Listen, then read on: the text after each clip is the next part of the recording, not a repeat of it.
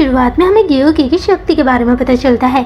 वो इल्यूजन पैदा कर सकता है, यानी वो चीजें जो असली दुनिया में नहीं होती है वो उनको दिखा सकता है। वो हिबेडायो और कियोशो को जिंदा कर देता है। रिको जानता है कि गियोकी इल्यूजन पैदा कर सकता है। वो दोनों ही रिको पे हमला कर रहे होते हैं।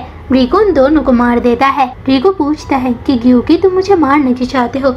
गियोकी कहता है एक समय ऐसा था जब मैं इंसान था। मैं सोचता था कि इंसान को जिंदा जीने के लिए संघर्ष करना पड़ता है, यानी लड़ाई करनी पड़ती है। एक इंसान जिसके पास शक्ति नहीं थी, वो डीमंस के साथ लड़ाई नहीं कर सकता था। वो बातों ही बातों में रिको पे हमला करता है। रिको घायल हो जाता है।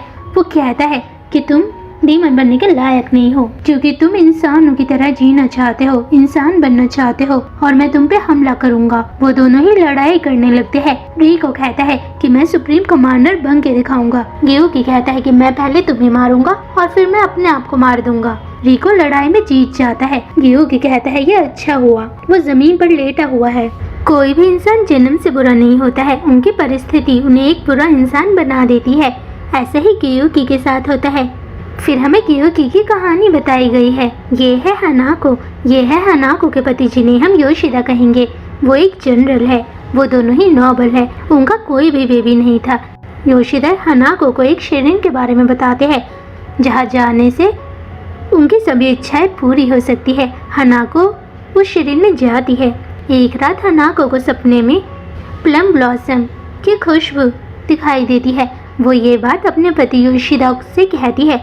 योशिदा कहते हैं कि ये एक अच्छा सपना है। कुछ समय के बाद एक बच्चे का जन्म होता है जिसका नाम उमावकमारू रखा जाता है। ऐसे ही समय बीतता है। गियोकी अपने पापा के साथ तलवार चलाना सीख रहा होता है। वो तीनों ही साथ में खुश होते हैं, लेकिन ये खुशी ज्यादा दिनों तक नहीं रह पाती है।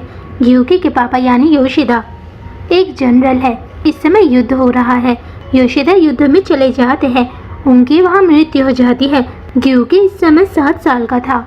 लोगों का मानना है कि योशिदा की मृत्यु बीमारी की वजह से हुई है। हनाको अब अकेली रह चुकी है। वो रो रही होती है। गियोकी पूछता है कि मम्मा आप क्यों रो रही हो? वो अपनी आंखों को खोलकर कहती है कि मैंने तुम्हें उठा दिया है।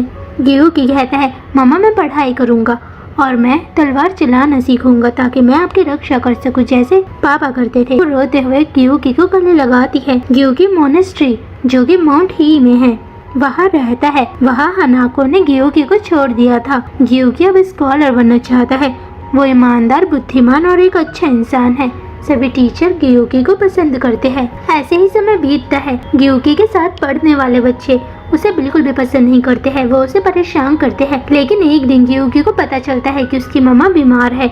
वो अपनी मम्मा को ढूंढने के लिए सब कुछ छोड़ के चले जाता है। वो अब स्कॉलर नहीं बनना चाहता है। वो सिर्फ अपनी मम्मा को ढूंढना चाहता है। इस समय गियोकी की उम्र 12 साल है। गियोकी को अपने मम्मा को ढूंढते हुए कई दिन हो जाते हैं। वो एक जगह आराम कर रहा होता है। तभी 2 औरतें गियोकी के पास आती है। वो कहती है कि क्या तुम उमावकमारू हो? गियोकी कहता है हाँ मैं उमावकमारू हूँ। फिर वो कहती है कि हमने तुम्हारी माँ जिनका नाम हनाको है वो इस समय बीमार है और वो माउंट निजोरेमी के एक मैंशन में रह रही है। वो गियोकी को खाना देती है। गियोकी खाना खाने लगता है क्योंकि उसने कई दिनों से खाना नहीं खाया है। फिर वो अपनी मामा को ढूंढने के लिए उनके साथ जाता है। वो तीनों ही एक जगह पहुंचती है। गियोकी की उम्र इस समय 12 साल है और उसे दुनिया के बारे में भी नहीं पता है कि दुनिया में लोग झूठ भी कह सकते हैं। वो पीछे देखता है। गियोकी मन में कहता है कि उन दोनों औरतों ने मुझे बेवकूफ बनाया है। तभी उसे एक डीमन दिखाई देता है। वो डीमन गियोकी को खाना चाहता है। वो उन दोनों औरतों को देखता है और समझ जाता है कि उन दोनों औरतों ने उसे बेवकूफ बनाया है। वो डर के भागने लगता है। गियोकी की अब सिर्फ एक ही इच्छा है कि वो अपनी मम्मा को ढूंढ सके। तभी डीमन कहता है कि नोबल खाने में बहुत ही स्वादिष्ट होते हैं। गियोकी इस समय हैरान है। डीमन कहता है लगता है कि वो तुम्हारी मम्मा थी। गियोकी हैरान होता है। डीमन गियोकी को हनाको को दिखाता है। वो इस समय हनाको को खा रहा होता है। गियोकी बहुत ज्यादा गुस्सा हो जाता है। वो डीमन पे हमला करता है लेकिन हार जाता है। डीमन गियोकी को खा लेता है। वो दोनों औरतें हंसने लगती है। तभी डीमन को कुछ होने लगता है। वो पर्वत से नीचे गिर जाता है। गियोकी डीमन के पेट से बाहर निकलता है। गियोकी के पास अपनी माँ का शरीर होता है। गियोकी कहता है कि इस दुनिया ने मेरे मम्मा और मेरे पापा को मुझसे दूर किया है, इसलिए मैं हर इंसान को नुकसान पहुंचाऊंगा। वो दोनों औरतें योकाई होती है।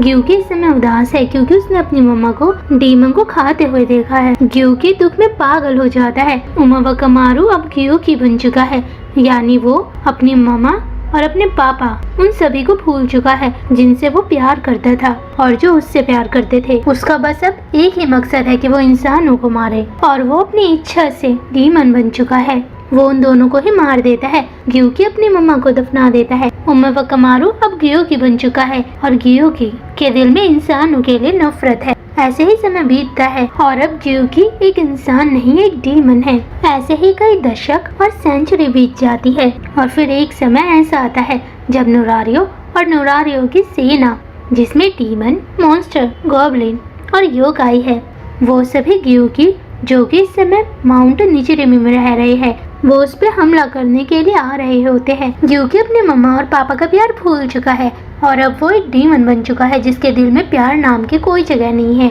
ग्यूकी ने अपनी सेना भी बना ली है और वो डीमन ग्यूकी क्लैन के अंदर आते हैं। जी हाँ, ये नुरारियो है। पहले वो ऐसे दिखाई देते थे और अब वो ऐसे दिखाई देते हैं और ये है snow woman. Snow woman demon को देखती है। डीमन स्नो वुमन को खाने के लिए आ रहा होता है।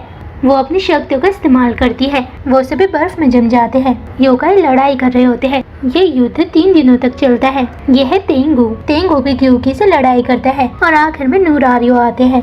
तेंगू कहता है कि ये मेरा शिकार है, जिसके बाद नुरारियो ग्यूकी के साथ लड़ाई करते हैं और इस लड़ाई में नुरारियो जीत जाते हैं। ग्यूकी हार जाता है। नुरारियो ग्यूकी की लड़ाई से बहुत ज्यादा खुश हो जाते हैं क्योंकि ग्यूकी बहुत ज्यादा ताकतवर है और वो लड़ाई करने में बहुत ही अच्छा है।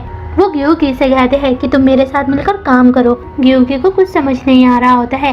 वो ग्यूकी को 2-3 दिन का समय देते हैं ताकि वो उसके साथ काम करना चाहता है या फिर नहीं। कुछ दिन के बाद ग्यूकी नुरारियो के पास आता है। नुरारियो और योगाई जश्न मना रहे होते हैं क्योंकि उन्होंने ग्यूकी क्लैन जीत लिया है।